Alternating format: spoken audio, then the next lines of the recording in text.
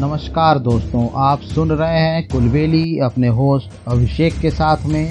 आज मैं लेकर आया हूं पंचतंत्र की एक और कहानी। आइए शुरू करते हैं कहानी आपके होस्ट अभिषेक के साथ में।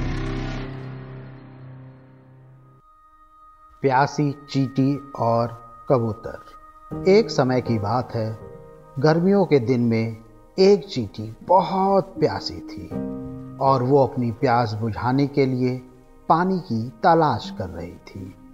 कुछ देर आसपास तलाश करने के बाद वह एक नदी के पास पहुंची। सामने पानी था, लेकिन पानी पीने के लिए वह सीधे नदी में नहीं जा सकती थी। इसलिए वह एक छोटे से पत्थर के ऊपर चढ़ गई।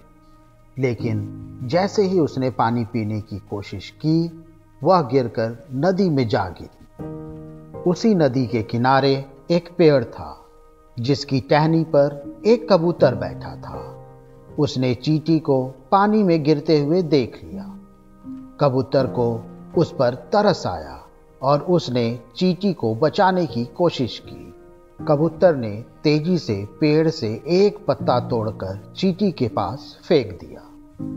चींटी उस पत्ते के पास पहुंची और उस पत्ते में चढ़ गई।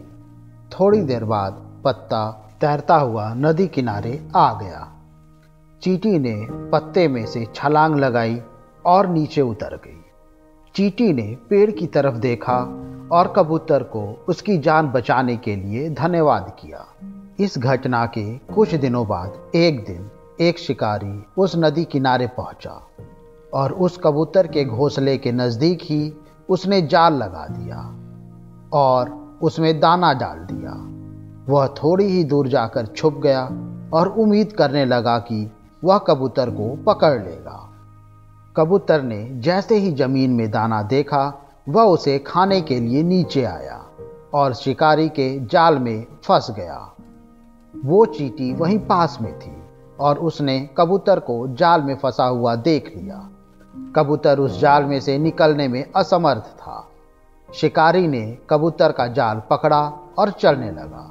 तभी चींटी ने कबूतर की जान बचाने की सोची और उसने तेजी से जाकर शिकारी के पैर में जोर से काट लिया। तेज दर्द के कारण शिकारी ने जाल को छोड़ दिया और अपने पैर को देखने लगा। कबूतर को जाल से निकलने का यह मौका मिल गया और वह तेजी से जाल से निकलकर उड़ गया। इस कहानी से हमको यह शिक्षा मिलती है, हम जब भी दूसरों का भला करते हैं तो उसका फल हमें जरूर मिलता है। कबूतर ने चींटी की मदद की थी और उसी मदद के फलस्वरूप मुश्किल समय में चींटी ने कबूतर की जान बचाई। इसलिए कभी भी किसी की सहायता करने या अच्छा करने से पीछे न हटें। जब भी मौका मिले दूसरों को बिना किसी स्वार्थ के मदद करें। साथी, आज के लिए बस इतना ही। मुझे उम्मीद है आज की कहानी आपको पसंद आई होगी। हम मिलते हैं अपने नए एपिसोड में। तब तक के लिए हमें आज्ञा दें। नमस्कार।